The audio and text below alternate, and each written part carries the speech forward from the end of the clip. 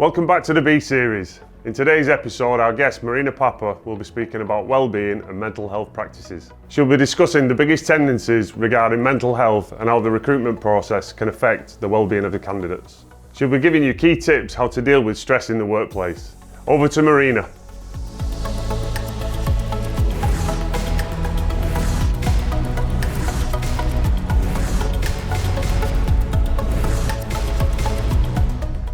Hello, my name is Marina Paparakou, also called Marina Papa to make it easier.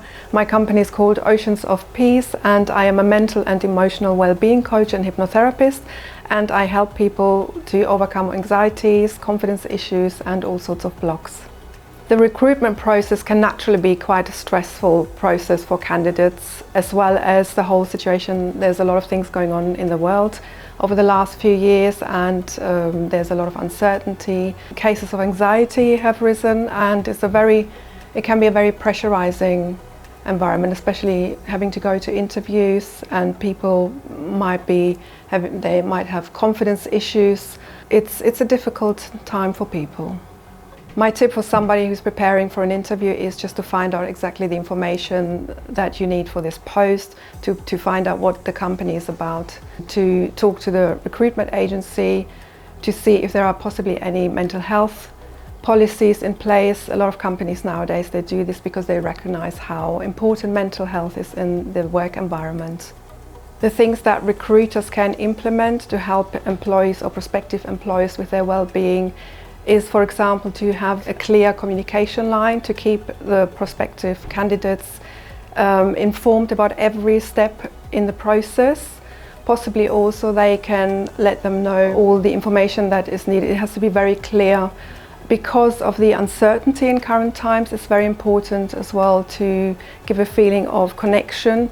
So to keep in check at every stage of the process, give people the exact information they need, and also prepare them for the interview to give them the job description in clear terms. Another thing recruiters could do, which is very important, to make the person feel like a human being rather than a number, to keep communicating with them. If the feedback of an interview was negative, also to give that feedback, but in a constructive manner, to help the person and the prospective candidate to improve whatever needs to be improved, because sometimes people just feel very stuck and left alone in the process, and nobody's telling them what they may need to change. So it's very good to give them all this information, and it really would raise the morale and confidence as well of a candidate.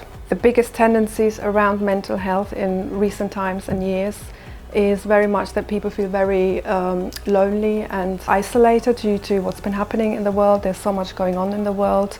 They feel sometimes triggered, stressed and anxious, and it's almost like the whole collective vibe of anxiety and fear in the air. So it's quite difficult, and it can actually trigger our own issues, even if things that are going on in the world don't have anything to do with us, but we can be affected. So a lot of people have been saying that they feel more stress and more anxiety. 1 in 4 people will be suffering from any kind of mental health condition within a year, and it's actually quite a common thing to be. Mental health is a normal occurrence in human life, so there's nothing bad about it. There used to be quite a lot of stigma, especially in the workplace, but now over the last few years, because of what's been happening, there has been very much a raised awareness about mental health, and a lot of companies are actually trying to support the mental health of their employees, because nowadays employees are actually really very much looking into whether a company actually has any mental health policies. It's not kind of an abnormal thing anymore. There's so much awareness now, and even 2 in 3 doctors actually have reported to have anxiety and depression issues in 2020. So it could affect anybody.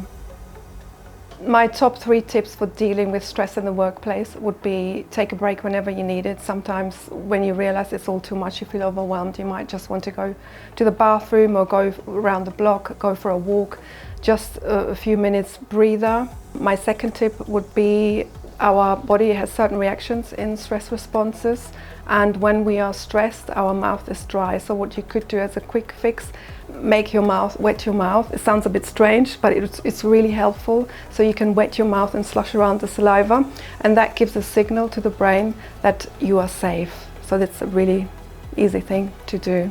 And my third tip would be another thing there are acupressure points in the body, and you can do this like a kind of tapping. You tap on underneath your collarbone, and it has a very calming effect on your nervous system and your stress response.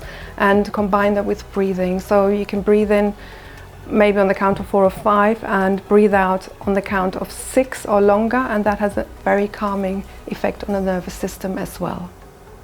The world around us has been changing a lot over the last few years, as we all very well know, and it had an impact on the mental health condition of people. There has been a higher prevalence of anxiety and depression and other mental health conditions, but even non-diagnosed conditions such as just nervousness and anxiousness and worrying. People have been worrying more, and they have been feeling more stressed and anxious, and it's a very normal occurrence. And it's very important during these days to be aware of how you feel and of your mental health. It's just as important as your physical health. In fact, it actually is very much connected, because mental health issues and stress can have an impact on our bodies. So make sure that you look after your own mental health, and if you feel the need, please talk to your friends, talk to family, or even professionals, and seek help. Stay inspired with the B series, where you'll find useful career advice. Until then, stay mindful.